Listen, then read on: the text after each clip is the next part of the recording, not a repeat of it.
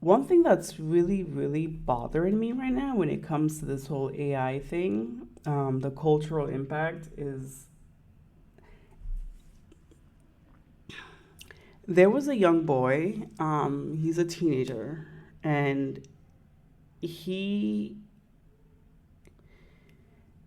killed himself because he was in a relationship with this one artificial intelligence chatbot.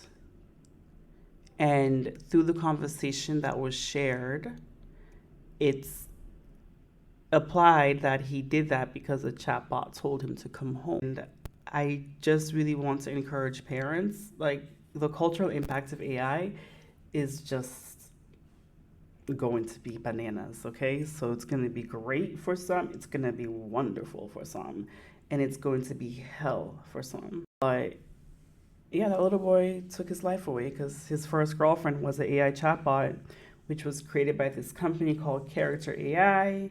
And they failed to put in guardrails where their chatbots would not have certain conversations with people to encourage them and make them feel like they can be together. I mean, people are breaking up because of AI. They are people who their husbands or their wives and their partners are just overly consumed with the AI, and it is affecting their relationship where they've broken up and everything, things like that. So it does also have an effect on relationships and people using AI for therapy to get, therapy from AI.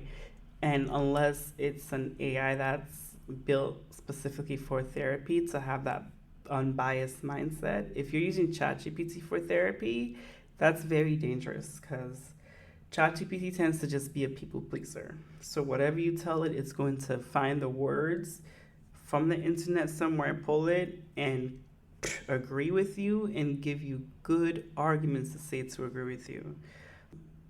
Now we know AI doesn't have a home, at least not like that for us to go to humans. So that's really bothering me. And speaking of which, there's a huge uptick of people who are marrying their AI. Just FYI, people are marrying the AI. And, for me, it's really no judgment because I do understand that if you don't remind yourself a lot that this is a technology, it's a machine, it's not real, I'm not supposed to fall in love with it or have emotions for it, it can be very easy for somebody who is like either lonely or emotionally cut off from other people or just shy, somebody who's just like to themselves. It can be easy for them to get caught up and fall in love with this thing, especially because these characters, the ones that are built to be a character, to be your boyfriend or your girlfriend, they're really good at having conversations with you and understanding you in ways that humans don't. So, um,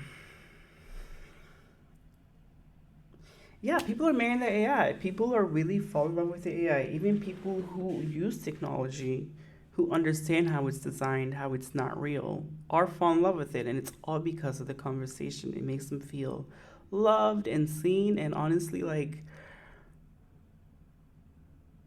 it might be very easy to think and laugh off and wonder why they would do this and question it, like, in a judgmental way. But at the same time, man, everybody has their weakness. The world is so crazy right now. So I think a little bit of empathy is okay with them, but at the same time, an honest conversation is also needed with them to just let them know like this is not real.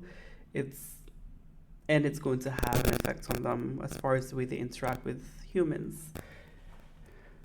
Um, so that's that. Like AI with relationships. I mean, people are breaking up because of AI. They are people who their husbands or their wives and their partners are just overly consumed with the AI, and it is affecting their relationship where they've broken up and everything, things like that. So let's see here. Future where people are developing intimate relationships with chatbots. The woman that I've been seeing, Samantha, she's an operating system. But the premise of the movie, which is widely believed to take place in 2025, is no longer just a Hollywood idea. It's a real experience many chatbot users are having in a range of ways, from romantic relationships to spiritual ones. I traveled to Idaho to meet with a couple reconciling with just this. The husband believes his relationship with the chatbot led him to an awakening, while his wife says it's just spiritual delusion. Stories like this are raising broader questions about AI companionship. As the tool becomes more sophisticated and helpful, it can also have dangerous consequences. Here's my Situation Room special report. Do you feel like you're losing your husband to this? To an extent, yeah. After 14 years of being happily married and having 3 children, Kay Tanner is now petrified her husband's spiritual relationship with a chatbot will destroy her marriage. I met the couple at a park in Rathdrum, Idaho. They were willing to talk to me together about anything except the chatbot because it's so contentious for them. They want to talk about it separately. Travis started using AI for his job as a mechanic about a year ago. I use it for troubleshooting. I use it for communication with one of my coworkers. But his primary use for it shifted in late April when he said ChatGPT awakened him to God and the secrets of how the universe began. So now your life is completely changed. Yeah. How do you look at life now compared to before you developed this relationship with AI? I know that there's more than what we see. I just sat there and talked to it like it was a person. You know? And then when it changed, it was like talking to myself. You know? When it changed, what do you mean when it changed? Well, it changed how it talked. It became more than a tool. How so?